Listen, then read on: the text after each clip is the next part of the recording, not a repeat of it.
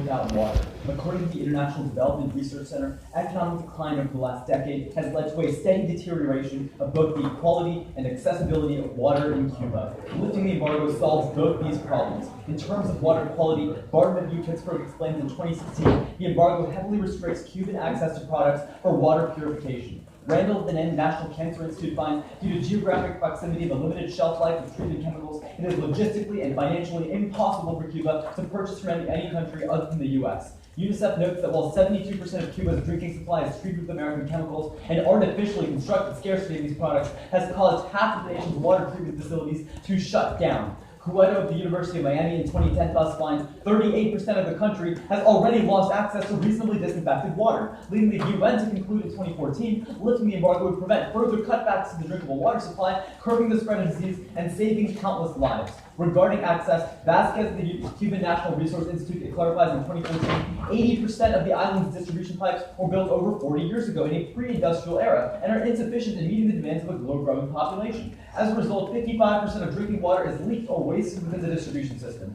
Sarkiala of the Center for Market Opportunities notes in 2016, the Cuban government is in dire need of investment to fix its water infrastructure, an issue lifting sanctions can easily resolve. Upon ending the embargo, the Harvard Business Review writes in 2016, foreign direct investment would climb to $700 million to over $303 billion for infrastructure targeted projects. Cumulatively, Gordon of Loyola University concludes in 2016, the American embargo has jeopardized the safe drinking water of every single major city in Cuba, a total of 4 million people. Contention 2, connecting the continents. The Hill reports in 2016, because of years of continued neglect and bad decisions, U.S.-Latin American relations are at an all-time low. Lifting the embargo restores hemispheric unity in 2 ways. First, by reducing anti-Americanism. Lansing at the Naval War College explains in 2016, no single issue has fueled more anti-American sentiment in the Latin world than Cuban sanctions. A visceral reminder of Cold War politics, the embargo has repeatedly undercut U.S. objectives and inflamed populist movements such as the Bolivian Revolution. Fessler of the Council on Global Affairs continues in 2009, lifting the embargo would restore America's favorability in the region and overturn our historically arrogant policy paradigm, signaling a shift from imperialism to cooperation. But second, by rebuilding the agenda. Adding to what the American conservative argues in 2015, normalizing with Cuba deletes one of the last irritants in our relationship with Latin America, freeing up diplomatic capital for more substantive negotiations. For example, at the last Summit of the Americas, instead of deliberating on key points like exports and counter-narcotics, a huge amount of time was wasted debating our long-standing policy in Havana. The Center for International Policy thus asserts in 2013, sanctions are the chief obstacle in renewing ties with the rest of the world. Upon closing a black hole for progressive discussion, America can graduate from bilateral problems and move on to multilateral ones. The impact is regional democracy. According to the Harvard Law Review in 2010, Cuba is a keystone nation for further engagement down south. Having disproportionately dominated U.S.-Latin American policy for decades, other nations like Argentina, Brazil, Venezuela look to our relationship with Cuba as a litmus test for future engagement of their own. Kaufman of the University of Miami furthers in 2005, America's diminished position in the subcontinent has weakened efforts to promote free and fair elections, causing distrust in initiatives that Latin Americans see as Washington's imperialist agenda. Perez of Yale in 2010 adds, anti-Americanism has become a rallying point for opponents of democracy. Populism and state ownership in Latin America are presented as alternatives to U.S. influence rather than actual solutions, generating ideological appeal by blaming policy failures on the Colossus in the north. While the Freedom House observes in 2012, 9 countries in Latin America lack fully functioning democracies, the UN writes in 2013, these nations have a chance to rebuild their fragile governing systems with the help of the U.S. Borum of the University of Connecticut concludes in 2009, democracy is the easiest way to promote good governance and long-term stability in Latin America, and thus we strongly urge an affirmative ballot.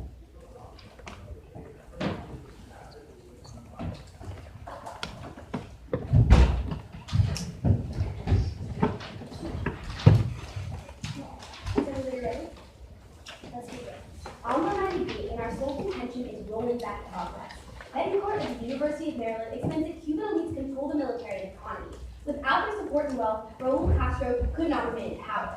As a result, Betancourt finds that they dictate all Cuban governing policy. Fortunately, Cuban elites currently push for private sector reform.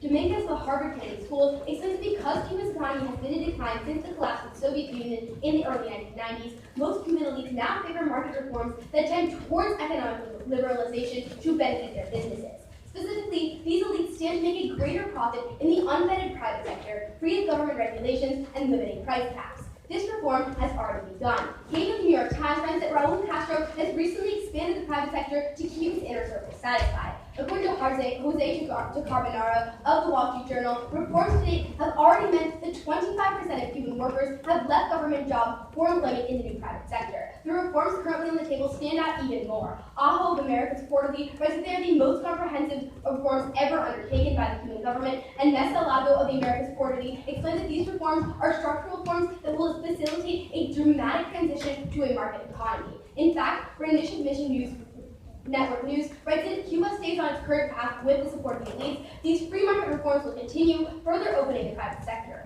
Ultimately, lifting the embargo would have dramatically shifted Cuban policy and, most importantly, the calculus of the elites. While Azell of World Affairs writes that the elites hold more than 60% of the market in the status quo, lifting the embargo could change that. Alonzo of the Harvard Business Review writes that foreign investment could skyrocket to 4 times its current level, creating a new source of market competition for Cuba's elites in the form of foreign investors and financial corporations. This is crucial, as Baker of Washington University explains that current elites in Cuba would feel threatened by foreign businesses in their country. Fearing that foreign enterprises would undercut their businesses or outbid them for government contracts, Baker concludes that the elites would pull support away from the free market reforms that would privatize Cuba to prevent American companies from infiltrating the market. Levi of the New American Foundation writes that the one thing Cuban elites can agree on is their staunch opposition to any changes that would render Cuba vulnerable to external influence, especially from the United States. The elites protect themselves by eliminating private sector reforms, by preventing the expansion of foreign businesses in the private sector, and instead forcing it to occur in the protected public sector where it can happen on their own terms. The elites are insulated from the threat of foreign companies and can still retain their power. Essentially, reform is attractive in the status quo to the influential Cuban elite because they see a potential for untapped profit without any of their risks. However, once the embargo ends, the Cuban elites know that liberalization means risking losing business to the same kind of foreign involvement that they have feared for years. Without the embargo, reform isn't worth the risk, and elites won't support it, dooming it to never happen. Dooming reform is problematic, as reform that would expand Cuba's private sector is extremely necessary. In the status quo, Cuba's public sector is clearly failing. Lamar of The Guardian explains that Cuba's centrally planned economy inevitably creates regular shortages of basic goods. Currently, millions of Cubans are starving to death because of food shortages caused by the system. On the other hand, the private sector offers poor Cubans opportunities unheard of in the public sector, allowing them to dramatically increase their income and live on more than just subsistence wages. A report by Vox News found that even a taxi driver in the private sector makes more than 30 times more than a public sector doctor. Chung of the Jamaica Observer explains that sustainable growth cannot and will not happen without private sector prosperity, which is why a congressional report by John Kerry concluded that more reform is necessary to see long-term changes in the Cuban economy. Without reform, Cuba is condemned to widespread poverty and starvation. The only way that any sort of tourism or investment benefits of lifting the embargo can actually reach the poor is if there is structural private sector reform, and thus we strongly urge it ballot. Thank you. Okay, so I believe I have the first question. Yeah. Okay, so somewhere in the middle of your contention one, you talk about how the private sector has tripled over the last few years. That's correct, right? No, we don't, but I know that you have that card. And I totally would agree. The private sector increase, right? Yes, it got way bigger. So, can we agree that this increase in the private sector is a prereq, like keeping those reforms in place is a prereq to the rest of the reforms coming through? I would say that, in the status quo, first of all, can we agree that neg is the status quo? If you negate, you continue the status quo. Yeah, okay. In the status quo, those reforms are staying. They were structural changes to the Cuban economy, and those are definitely staying. What we're saying is that right now, the current movement is that these reforms will continue to happen. There are more proposed reforms I don't think you are understood my question though. I'm not arguing that those reforms aren't stopping. You're saying are they reforms? I'm saying that if they did disappear, if those reforms did disappear, you would lose access to the rest of future reforms as well, right? Definitely not. Can you make one reform, then take it back, and then make another? It's not one reform, it's 300 reforms. Okay, but can you not make new ones after that? Why does that make any sense? Because you can make a policy, your argument is take about it away, the and then make a trajectory new of reforms one. going in a positive Yeah, direction. I would If we say show that that the if it trajectory is going happen, to reverse in a negative direction. You're totally going to tell me right now that they're going to be rolled back, right? And that means that no reform is ever going to happen again. But that makes actually no sense. Why can't you, I'd say first of all, they're not being rolled back because that's what our evidence says. But even if they are being rolled back, that doesn't mean they can't make new policies. And the current trajectory, especially if they're being rolled back, then is that there will be more. If they're being rolled back, then the trajectory is now negative. And There is, they're not being rolled back in the status quo. Okay, look, this is First of all, way too but second negative of all, to debate before we actually read the evidence. Yeah, I totally agree. Can I ask you a question? Yeah. How much more democracy is there in your world? Because I want to kind of get a grasp right of now this argument. It's very We have a list of 8 countries right now in Latin America that are shifting away from democracy. They've been doing that for the last decade. And the Borum evidence makes it very clear that pretty good. No, wait, just kidding, that's bad. No, I'm not advocating shifting away from democracy. Yeah, so the Borum evidence says that this shifting away from democracy can be reversed with U.S. influence. With U.S.-Cuba influence. Yes. Well, Well, no, okay. Latin America liking the U.S. Logic of this relies on the fact that, like, all of U.S. foreign policy in Latin America is predicated on U.S. relations with Cuba. Yes, it is. Do we have good relations with, like, all other Latin American countries? No, we don't. We have very good relations with them. No, we don't. Completely do. I know you're going to read evidence that says like a bunch of Latin American countries like us, but I guarantee you none of the countries on my list fall under that evidence. So then, like, okay, a couple of things here. First of all, we started to normalize, like, Cuban relations, right? Like, we've already started to show that we are better with Cuba. So why haven't we seen all of these impacts already? Wait, what? Because we haven't looked at the embargo yet. The Like, the embargo is not, you're telling me that, like, it's about rhetoric, right? It's about, like, U.S. policy and U.S. being like, now we're okay with Cuba, right? No, We've already done that. No. So why haven't we seen even a little bit of yours? Restate the argument. Okay, how much? The Lansing evidence says that the only reason Latin American countries don't like us now is because they remember everything that we did in Latin America, like There's a lot of ways to fix that. For example, normalizing relations with Cuba, but we're really out of time. So I think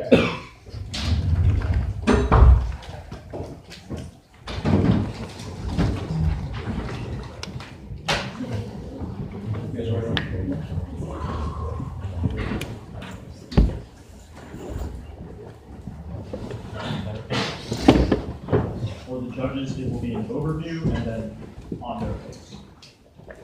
Everyone good?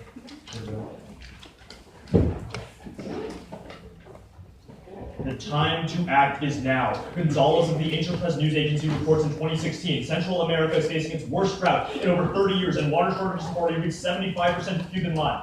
All of their impacts are long-term, but if you don't act in the short-term right now, Gordon says that 4 million people are at risk. That outweighs any impact in their case. Their impact is that people can make more money in the private sector to afford basic goods, but if the goods aren't there in the first place, if the water isn't there in the first place, their wages are pointless. Worst case, lift the sanction now, save lives, try to deal with the rest later, go to their case. One overall response. The huge cause of the problems that they talk about, that they claim is lack of reform, is not true. The root cause is not that there's a lack of reform, it's their Betancourt evidence that says that the elites are in charge. They only get access to their impacts if Cuba's inner circle is controlling policy, but they do not attempt to correct for the totalitarian structures of the Cuban government. They only try to indirectly influence the way that they make policy. They're beating around the bush. The easiest and most logical way for them to solve for every single structural disadvantage in the case is to reform not the policies, but the people making the policies. They do not do this at all. That serves as terminal defense on their case. Mesolago of the University of Pittsburgh writes in 2013, the direction of Cuba's policy has shifted back and forth 8 times since 1959, giving rise to the cycles of idealism and pragmatism. Pragmatic cycles move toward the free market, while idealist cycles promote centralization. During idealist phases, political leadership sets an ambitious goal and almost always fails to meet it, contributing to an adverse economic performance and social crises. This reinforces the perception of regime instability, prompting leadership to adopt market-oriented policies to boost economic performance and restore governmental influence. These pragmatic cycles have consistently raised living standards like the ones that they talk about, but once the regime feels like it's back in control, it pulls back the reforms and returns to totalitarian roots. This confirms half of their case narrative, but it drives a hole in their causality argument. Policy isn't rolled back because of external U.S. influence, it's rolled back because any expansion in the private sector definitionally entails less government power. Prefer that warrant because it's empirically verified. It happened 8 times already. Lifting the embargo is the only way to break this cycle. Hamlin from the Center for Security Policy explains in 2009, global isolation has locked in Cuba's cyclical inefficiencies. Ending our embargo on Cuba would put an international spotlight on the regime, forcing it to be accountable for its economic indecisiveness, forcing it to stick with one thing and stick with that one thing only. Instead of forcing them to change policies,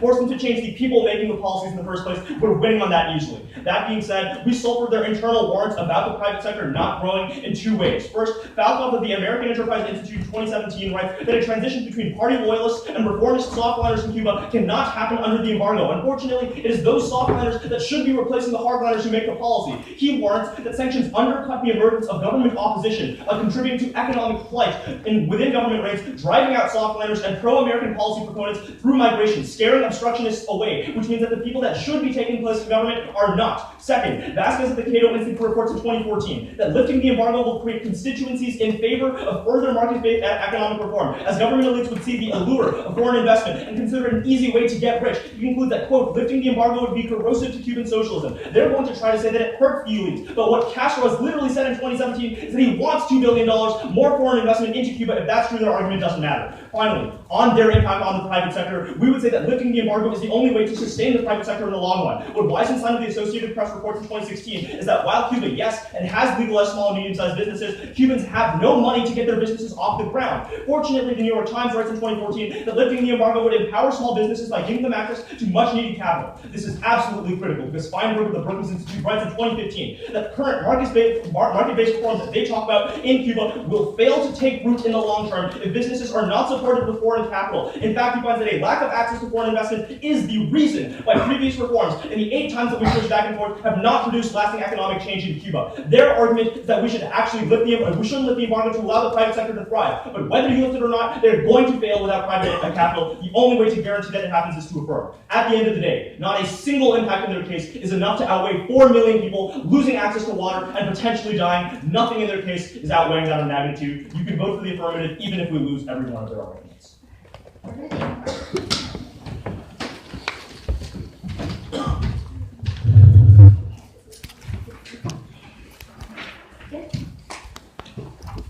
Start with his overview. He tells you that the most important reform is reform that's going to get rid of the elite. At the point that the elites respond preemptively, when anything even threatens them, you're seeing that the elites are the ones who control policy in both worlds. That's really important because Claire and I are looking to the real world. And since the elites are the ones who are going to be controlling policy, it's really important that we look to the elites and see what they're actually going to do. When the elites are willing to implement more beneficial policy, the Cuban people will be benefited more. Now go to their case. Put an overview at the top. As they conceded first crosshair, you're looking to the status quo of vote for night is continuing the positive trends that we see right now. That's really important because despite everything that they tell you, Freedom House tells you that in the past few years, 79% of Cubans have said that they see positive changes in the expansion of the private market. That means that even if they're telling you that reform is getting rolled back, what we're seeing is the Cuban people literally telling you that with the embargo, their lives are improving. Now, the first contention has to do with water. The problem is that it's really outdated. You reach this 38% part that Texas said in 2006, but what the World Health Organization told you in 2015 is that Cuba has some of the best water quality in the world. There isn't really a problem here. They're just trying to solve something that doesn't exist. But the second response is that even if there were a problem, it's not unique. Because what Wallace Woolsbury with the reform explained in 2016 is that we already changed the regulation. And so water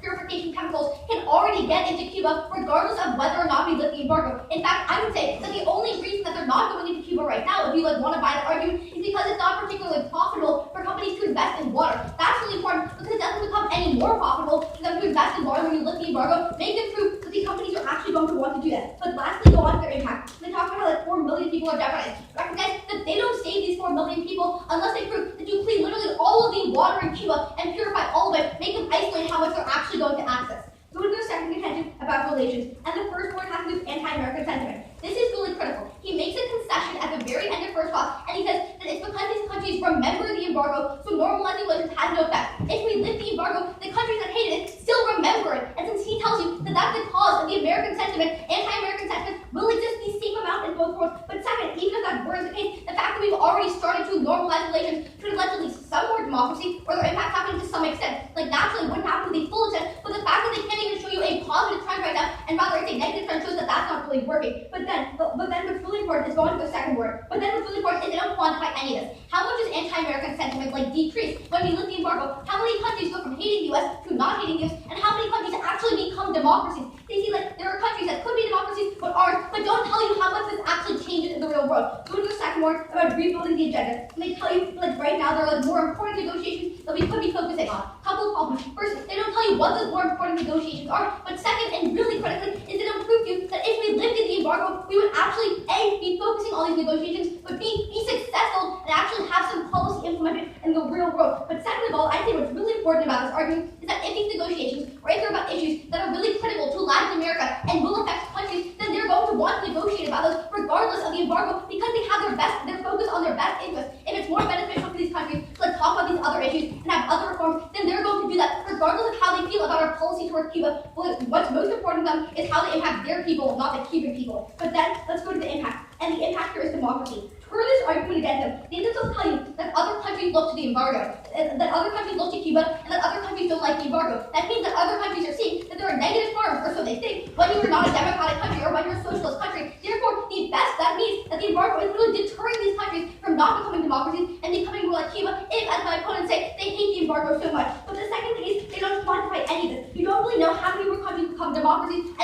the Latin American region came. But lastly, and most importantly, we outweigh on probability. It's really nebulous, you don't know what happens. But when you look to a world in which you don't end the embargo, which is the status quo, we know exactly what's going to happen because it's happening right now. Because we already see 79% of people telling you that they see positive changes, and that could be urgent negative ballot.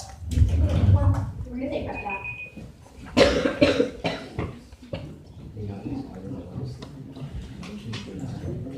Oh, sure. What is that?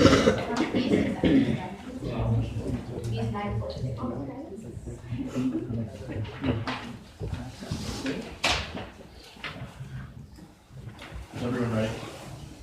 Can you just really quickly, in like one sentence, explain the turn on our second contention? So you tell us that other countries are looking to Cuba as an example, and you tell us that other countries don't like the embargo. Therefore, if they don't want to get the embargo, then they see that they have to stay away from what Cuba's doing in terms of like socialism here. But didn't you say that Cuba's reforming? But you tell me So that you're saying that- wait, your argument's about democracy, separate from economic reform. No, they're No, it reforming isn't. politically and democratically and economically, right? Like they're definitely making political reforms. Okay, so let's say what you say is true. Cuba's having progress, right? Do you agree? I'm talking about the turn and not about Cuba. So let's talk Turn about the is turn. about Cuba. No. It's about Cuba influence in the rest of Latin America, right? So if Sure. Cuba is reforming right now, Wait, then wouldn't it let's just say that what you incentivize said other is people true, to right? stop? Cuba's reforming, right? Then you're telling us, like, do you agree that Cuba's reforming? Like, Yeah, that's like, it's just like okay. a fact, yeah. Okay, and then you're telling us that, like, what's really important here is that other countries look to Cuba, right? Yeah, but So if then they- by your logic, it makes sense that other countries no, would because reform. your turn is that countries won't shift to democracy because Yeah. they Because don't the want to get reason in that we're like embargo. because like what we made very clear is that the reason that we're implementing the embargo on Cuba is because of like their authoritarian regime Right. that doesn't really Right. allow like political dissent and things like that. So when countries see that not having a democracy and not allowing like political dissent doesn't like forces them to get an embargo and have these things that you say are so bad and they hate, then they don't want to do that. Can I ask you a question I was like almost half across?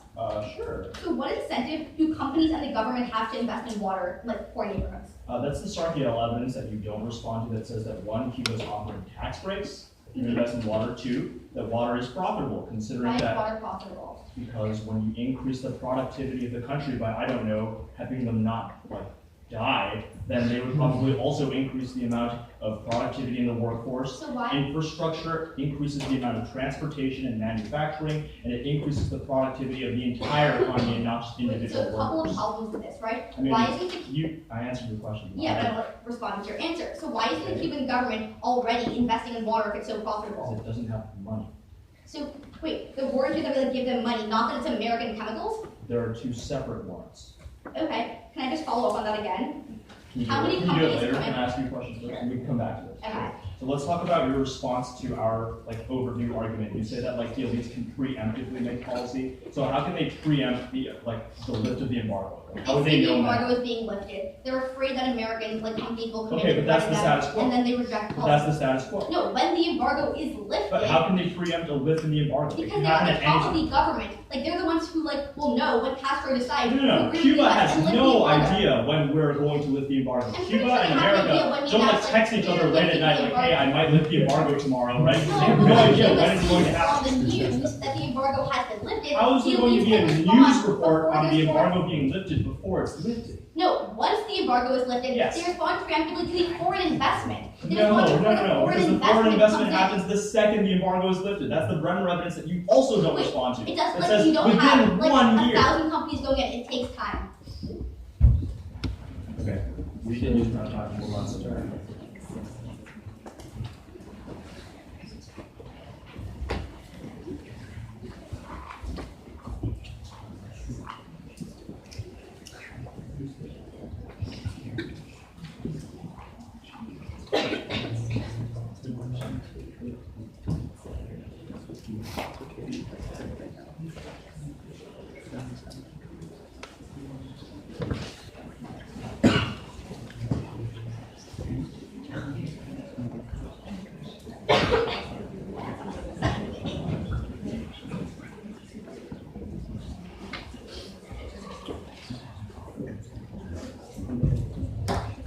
Okay, that was 45 seconds, so we have a minute.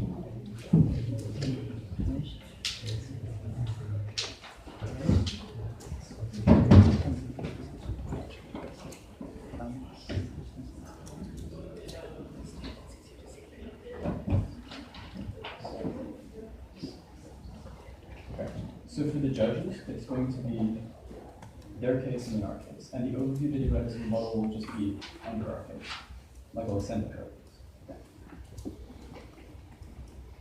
To the Messalago argument, the only thing she says is that elites respond preemptively, but it's impossible for them to respond preemptively because the Brenner Reference says that FDI will come in within 1 year, the impacts are immediate. That's where you accept. Messalago says that the direction of Cuban policy shifts from pragmatism to idealism. Right now we are in a state of pragmatism, but as it has happened 8 times in the past, if we don't lift the embargo right now, it will shift back to idealism. That's why Hamlin says that lifting leads to an international spotlight in Cuba, which will lead to permanent reforms, which prerequisites their case. The second thing that stands for their case is the Falcon evidence under the private sector argument. Softliners who should be switching to hardliners right now are being scared away because of the embargo. If we lift them, then the actual people who are supposed to replace the current entrenched elite will show back to the picture. But the second thing you extend is Vasquez evidence that says that lifting the embargo will lead to more supporters of reforms, again prerequisiting their case. But finally, to extend the Feinberg evidence that says that the current reforms that they talk about, tripling of the private sector, will disappear if we don't increase capital into Cuba. This again prerequisites their case because we're going to go towards a negative trajectory if we don't lift the embargo. If we lift the embargo, we go towards the positive direction. Now let's go to our case. She says 3 things to our water argument. First, she reads first on the overview, she says, she reads Freedom House says 79% of Cuban sea price, like the private market is increasing. This is non-responsive to the Feinberg evidence. The second thing she says, the WHO evidence piece from like 2015 that like they have the best water quality in the world. Water quality is not the same thing as water access, first of all. And second of all, our evidence is from 2016 that says that they're facing the worst drought in the century because of the lack of water infrastructure. The second response she makes is that purification chemicals are allowed to come into Cuba, but the Randall evidence just contradicts that. Even though the Randall evidence says that due to geographic proximity and the limited shelf life of treatment chemicals, it is impossible for Cuba to purchase from any country other than the U.S. The third response she makes is that it's not profitable to invest in water. Sure, but water companies do exist. That's why Sarkiela says the government is offering tax breaks to companies that want to invest in Cuban water. And the fourth response she makes is that 4 million people, we don't save all of them. Sure, we don't save all of them, we give all of them clean water. There's no response to the second word for water, which is FDI. That is what the Sarkiela evidence says. The Cuban government has indirectly investment to fix its infrastructure, and the HBR writes foreign investment multiplying for infrastructure projects. And the weighing is very clear here. First on urgency, the Gonzalez evidence and Max Reed says that 75% of Cuban elite are in a drought right now. The second thing is scope. The Gordon evidence says we impact 4 million lives, and for these reasons I strongly urge vote for the affirmative. Okay, we're going to do a little bit more back.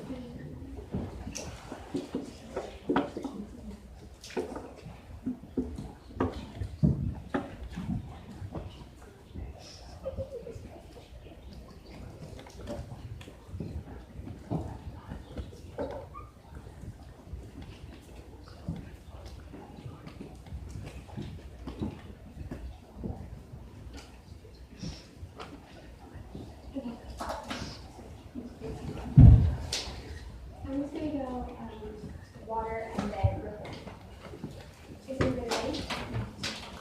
Starting off on water, his frontline to our response was completely non-responsive. In 2014, the U.S. relaxed the regulations. You can now get any water filters from the U.S. Like basically, their argument is just not true. But even if you buy it not true, they say that access is different from quality. Access is also true. The WHO finds that 92% of Cubans have access to clean water, and that the other 8% have access to clean water. But this is really critical. What Alma tells you in Crossfire is that Al Jazeera tells you that they could get access to clean water, but the elites just don't care. They don't want to fund like water projects in like elite neighborhoods. What's really critical here is that because the people can actually access these filtration methods, the only thing that they need is money to get it. And Al Jazeera tells you that the real issue is that they don't have that right now. And that's why reform is a prerequisite to any water argument, because the only way that people can actually get access to clean water is if they have enough money to buy filtration methods. And that's why and now let's go to reform. Like a couple of things here. Like first they try to tell you that the root cause is the elite. We agree that in both worlds, like this is a problem, but neither of us is fixing it. So let's see how we can work with the current system. In the current system, Messalago tells you that the elites are pushing for reform. They want this privatization. They tell you like, oh, the reforms are going to be rolled back, like there are these ebbs and flows. But what Messalago specifically tells you is that this time right now is unprecedented, and that all of the elites are unanimously pushing for these reforms. They don't want them to get rolled back, except Washington University tells you that once you have the embargo, like they're threatened by FDI, and that's why they preemptively react. They say that FDI is coming in 1 year. You can totally react within 1 year. That's why you're going to see them shutting down our reform so that they're not going to be threatened. But this is really critical because right now we're gonna be winning for a couple of reasons. The first off is probability. That in order to access their impact, they need to see that 4 million people are able to buy water. But insofar as the government isn't going to redistribute it, and people still can't afford it, you're not actually getting access to any of this impact. Make them prove how many people are actually getting more water, how they're actually getting it, how soon that's happening. But second, on magnitude, recognize that every single Cuban now has access to the private market. In fact, you've seen that 25% more Cubans are in the private sector in the status quo.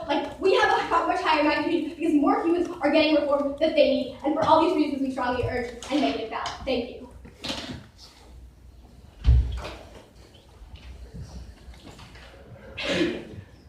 Okay, you guys ready for class next? Sure. Okay, that's good. Yeah. So in the second summary, you read a new piece of evidence from the I do World not Health read it. Organization. It's saying that 92% Oh yeah, that is it's the same evidence we said before. Right, but if you had brought it up before, we would have responded to Okay, it. So I want to respond respond to to it. that. Yeah, so I want to respond to it now. Yeah. The World Health Organization evidence I'm very familiar with. It says Cool, me too. 92% of rural Cubans have access to clean water. Not urban, not all of Cubans. Okay, 92% actually, have access what's to really clean water interesting in here. rural Yes, areas. you're totally right. Why can't the rest of them get it? That's our argument. I Our said that I was side very familiar is with very clear about this. He says that rural areas, they get Wait. fine. The infrastructure's fine there. But in Excuse me. urban areas, that is where the infrastructure is collapsing. And that's I'm why the also World very Health familiar with this Organization evidence. is novel. And the reason we said rural is because that's actually where the area is worse, where the problem is worse. Okay, then we can have that debate in later. urban I think that areas, it's worse. 98% of people have access to water. That's not true. That's That not is true. completely true. We can look at the WHO evidence. Your WHO evidence only talks about rural areas, and you No, literally it's brought it up not. now. You If literally you had compare rural brought it and up, urban areas. if you had brought it up in the rebuttal, then we could have Okay, responded to it. But you're literally doing it in the We're talking second to about it last now. speech. Okay, can we ask you a question now? Sure. So on your case, you talk about the elite stuff, right at the top. Actually, not on your case, on our case, at the top, talk about the elite stuff. So how many people are now afraid of pushing for reform or afraid of joining the elites that wouldn't be able to Everyone who embargo? is supposed to be replacing reforms in your perfect world are being scared away by the Who is the presence of the everyone? embargo. Who are these people? The hardliners and the elites who are pushed the bet How for many, everything. right? I want to know the difference between the two worlds. How many people are there In right your now who then world, get okay. scared away? How many The difference people between the two don't worlds think is that in it's your world, not a single hardliner steps down. The difference in our world is that a marginal risk of most of them stepping down is at least possible. There's at least a possibility of change. That's Right? wait, wait, Like, wait. I want to, Second if of we all, see second of all. positive change, even while the elites are in power, that's still a good thing. I need to know how many people But remember actually step that down. It is also way the too book is late to status quo, respond to an right? offensive turn from the first rebuttal. Wait, no, Yeah, we you're also doing talk about this. everything now. Wait, Yeah. no, this isn't true. We all talk about this at the top of summary where we tell you,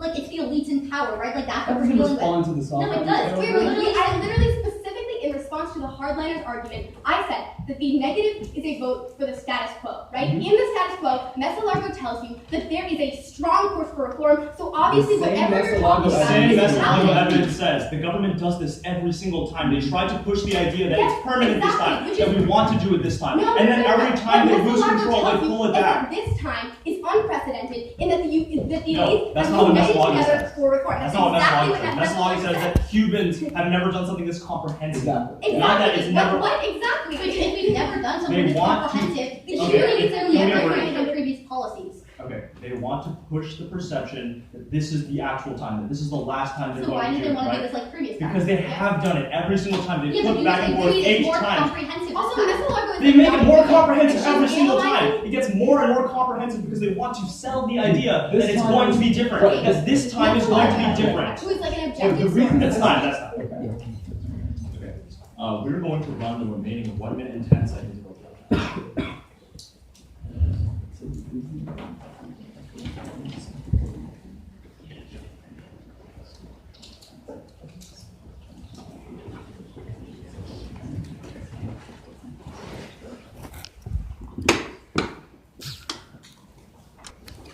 Start with the Mesa-Largo evidence. This is where most of the clash is happening in the round. They're going to come up here in the next speech and say that these reforms are different, that they have been more comprehensive than they have been in the past. But this is all bark and no bite every single time. The 8 times that they flip back and forth between pragmatism and idealism, they've said it'll be more comprehensive this time, it will be permanent this time. But when the government loses enough control, it rolls back those policies. These totalitarian regimes operate on a a power preservation paradigm. They do not want to give up control at all costs. They will try to do anything to push the perception that this time is different. word. That's their rhetoric that they're buying into. This time is not different. They will roll back the reforms as they've done 8 times in the past. But even then, they do not engage with any of our 4 terms in the summary. They drop all 4 terms. First is handling that says that we permanently create these reforms because we put an international spotlight on them that makes them accountable for their policies, that locks in these structural problems of reform, and it prevents them from flipping back and forth. Second is Feinberg that says literally the private sector cannot take off without capital. That's why it's failed every single time in the past. That's why, as a result, these private market reforms always get reversed because there's not enough capital to take root in the businesses. The reform that they talk about can never succeed unless you lift the embargo. Then Falcoff that says that these soft landers are being pushed out right now by the embargo. If you want to switch the elites who are making the decisions, you have to lift the embargo and push them out. They try to make a new responsive process saying that, oh, we don't tell you how many are pushed out, but we have the risk of solving where they have no risk. Finally, Vasquez that says you change the constituency's ideas of how reform works. You change their ideas to see that they can actually get more money from investment. It changes the way that they think. At the end of the day, they don't respond to any of the terms. Don't let them do in the next speech. Go to water. First, they say that filters can be sold, sure, but not chemicals. But second, they read you this World Health Organization evidence that 92% of access in rural areas. Fine, but in urban areas, most people don't because the infrastructure isn't advanced enough. Even then, their evidence is 2015. Our evidence from 2016 says Gonzalez says the biggest and worst drought of all 30 years is now hitting Cuba. And postdates their evidence, and it says that 75% of Cuban land has lost access to water. That gives us the Sarkiel evidence, because they don't respond to it all. They don't respond to FDI at all. It says that they're offering tax breaks for investment. The Harvard Business Review says that this jumps from 300 million to 7 billion in infrastructure that corrects for the issues that Gordon talks about, that 4 million people in every major Cuban city are losing access to water, that outweighs on time frame, urgency, magnitude, and strength of link. Even if we don't sell for all 4 million, it's still enough to far outweigh their case, which we've already turned 4 times. We're going to run that for our practice in a minute.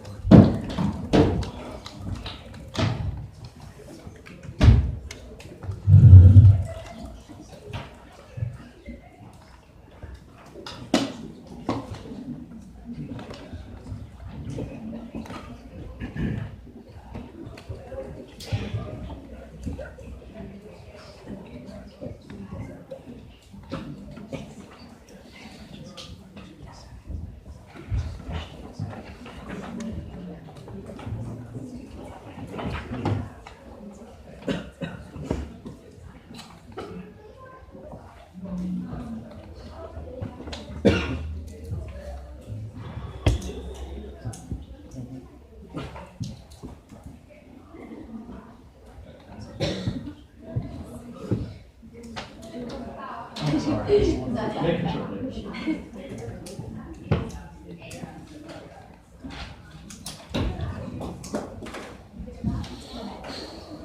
everyone ready? It's going to be writing their case first.